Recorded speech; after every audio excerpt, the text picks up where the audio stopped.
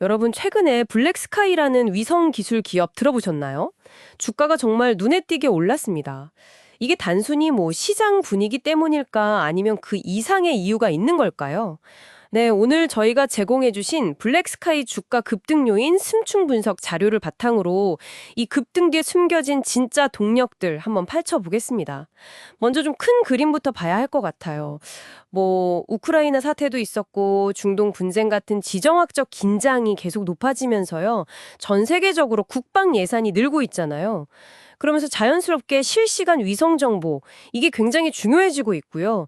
이런 흐름이 블랙스카이에게는 상당히 긍정적인 환경이 된 건 아닌가 싶네요. 네, 맞습니다. 그런 지정학적 요인이 아주 중요한 배경 중 하나예요.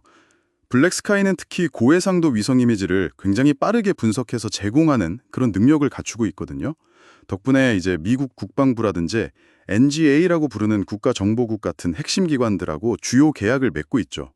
특히 그 2024년에 NGA와 맺은 약 2,400만 달러 규모 계약, 이게 좀 주목할 만한데요. 이게 뭐냐면 블랙스카이가 단순히 위성 사진만 파는 게 아니라 믿을 수 있는 정보 분석 파트너로 인정받고 있다는 거거든요. 아무래도 경쟁사들보다 더 빠른 분석 속도, 그리고 AI 역량, 이런 게 좀 주요했다고 봐야겠죠? 아, 기술력 이야기가 나왔으니까 말인데요. 그 젠3 위성 발사도 성공했다고요? 성능이 아주 좋아졌다던데. 구체적으로 어떤 점이 그렇게 달라진 건가요? 네, 그 진3 위성. 이게 기존 위성보다 해상도가 훨씬 뛰어나고요. 같은 지점을 더 자주, 거의 실시간에 가깝게 들여다볼 수 있게 해줍니다. 거기에다가 AI 기반 실시간 분석 기능, 예를 들면 특정 지역의 변화를 알아서 딱 감지해서 알려주는 기능까지 더해졌어요. 2027년까지 위성망을 더 늘려서 하루에 같은 지역을 수십 번씩 볼 수 있게 한다. 이런 계획도 가지고 있고요. 이건 단순히 군사나 정부 수요를 넘어서는 의미가 있습니다. 재난 대응이라든지 인프라 관리, 보험 같은 민간 시장에서도 활용 가능성이 훨씬 커지는 거죠. 이게 블랙스카이의 아주 강력한 경쟁력이에요. 와, 기술 발전은 정말 인상적이네요.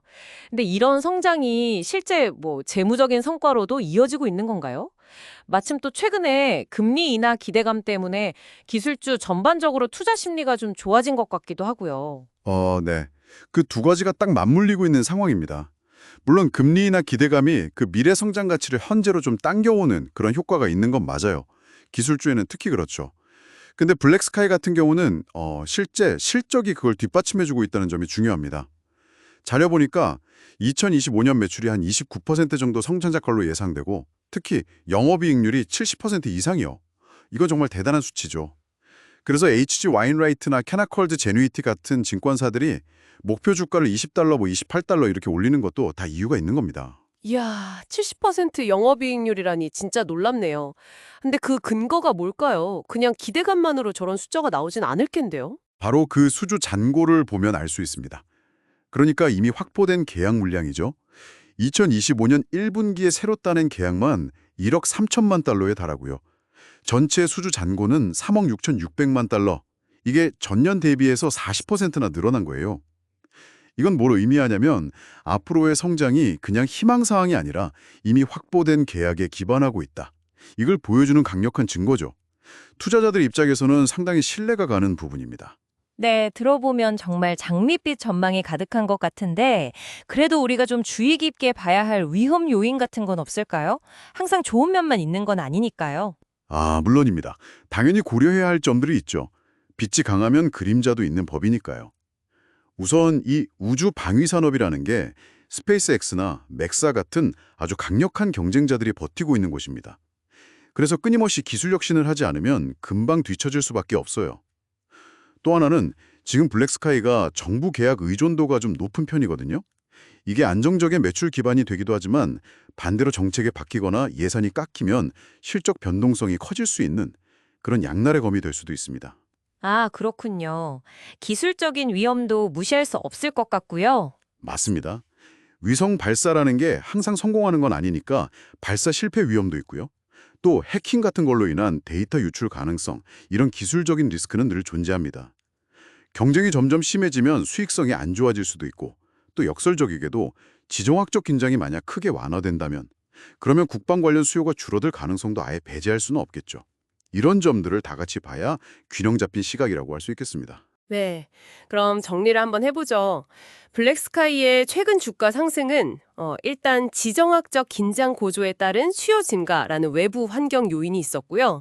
내부적으로는 젠3 위성이나 AI 같은 기술 혁신, 그리고 금리 인하 기대감이라는 거시적인 요인도 작용했고, 마지막으로 실제 탄탄한 수주 잔고와 실적 개선이라는 그야말로 실질적인 성과가 복합적으로 작용한 결과다, 이렇게 볼 수 있겠네요. 네, 정확하게 짚어주셨습니다. 외부 환경과 내부 역량이 아주 좋은 시너지를 내면서 성장 스토리를 만들어가고 있는 거죠. 다만 방금 저희가 이야기 나눴던 여러 리스크 요인들도 분명히 존재하니까요. 여러분께서도 이 성장 가능성과 잠재적인 위험, 이 두 가지를 잘 저울질하시면서 판단하시는 게 중요할 것 같습니다. 네, 오늘 블랙스카이에 대해 깊이 알아봤는데요. 마지막으로 이런 질문을 한번 던져보고 싶습니다.